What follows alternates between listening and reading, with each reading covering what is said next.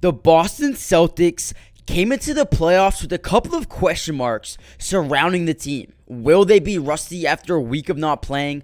Is Jalen Brown going to be the same player after injuring his shooting hand? Well, these questions were answered very fast in this game when the Celtics took a 30-point demanding lead into halftime. However, the bad thing was we still looked like the Celtics of all season, which was going up big and blowing leads in the second half, letting teams fight back and making it a ball game. The Celtics showed incredible potential once again, but gave the Atlanta Hawks some hope and momentum going into game 2. Either way, a win is a win, and Boston did what they needed to do to come out here with the W, but need to do the same thing on Tuesday. In this video, I'll be breaking down the 3 major factors that led the Celtics to such a great win in game 1, but more importantly, what they need to improve on going into game 2.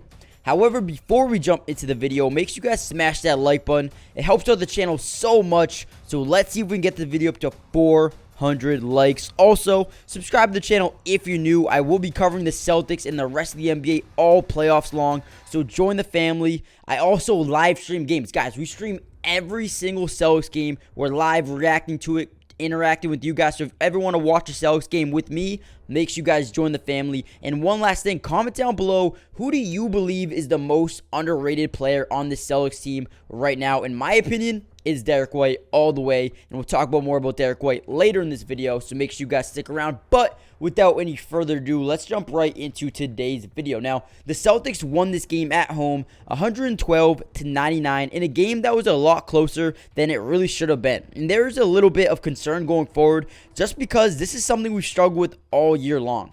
Those little 4 or 5 minute spurts where we suddenly become a horrible team, those need to stop. Or, this could be a longer series than we expect. However, I'm still very confident in this team, and I think that the efforts that they showed in the first half of this game gave flashes of Banner 18. In this game, the first major factor was Jalen Brown. Now, like I said earlier, coming into the game, nobody really knew how his hand injury would affect his play. Now, with that being said, Jalen looked amazing. But we could tell there was a little bit of issues with his handle. He definitely had a lot more turnovers than he usually does. So definitely there is some sort of effect on that hand injury. So he needs to, we just need him to get healthy, man. Hopefully it can, heal up ASAP because we need him to be fully healthy in these playoffs. But either way, shout out to Jalen Brown, man. The guy has done so much for the city of Boston, playing through a face injury and now a cut on his hand that tore open during yesterday's game and still decided to come back in a dominant performance by him, dude. He is amazing. Overall, Jalen Brown finished this game with 29 points, 12 rebounds, 3 assists, shooting 12 of 23 from the field and 2 of 6 from the three-point line.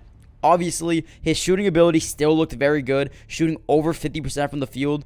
But, he did most of his damage going to the basket, driving into the hoop, backdoor cuts. He did a lot of that yesterday, so hopefully that his shooting ability can get back up there to where it was before he was injured. And there's been a ton of rumors about Jalen Brown potentially leaving Boston. But real quickly, we need to show him some love, man. We love Jalen Brown. We need him to be here for the rest of his career and retire a Celtic. So show him some love in the comment section and maybe he sees this video. But let's move on to the second major factor that led us to this amazing win. And it was going to be the defensive performance. That's the second major factor. The defensive performance throughout this game was amazing. The Celtics once again showed why they can be the best defensive team in all of basketball in these playoffs. Check out some of these numbers that the Celtics had yesterday. The Celtics led the Hawks, or held the Hawks, to 38% from the field, 17% from the three-point line. The Celtics also led this game in rebounds, assists, blocks, points off turnovers, and had less fouls. Defensively, Marcus Smart, Derek White, Robert Williams, and Al Horford were amazing, especially closing out this game, combining for 5 steals and 7 blocks.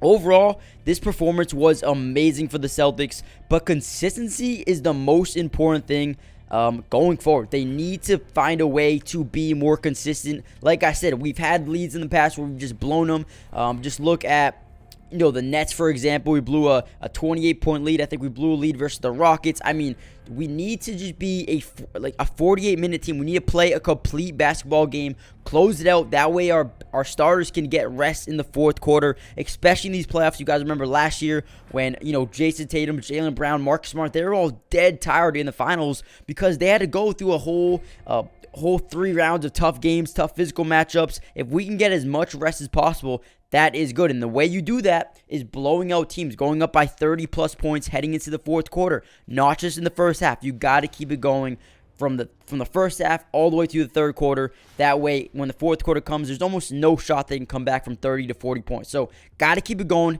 got to get better, got to get more consistent. Today's video is brought to you by Pro Class, the absolute best place for you to take your game to the highest level. It's the first of its kind sports training and development platform where you can reach your highest potential by learning from some of the best athletes on the entire planet. Some of these guys include Damian Lillard, De'Aaron Fox, Allen Iverson, DeMar DeRozan, and so many more. And I have some great news to you guys. If you guys go use my code, MattyDubs, you'll get 50% off hundreds of training videos, workouts, and drills, and you can get in the lab right now.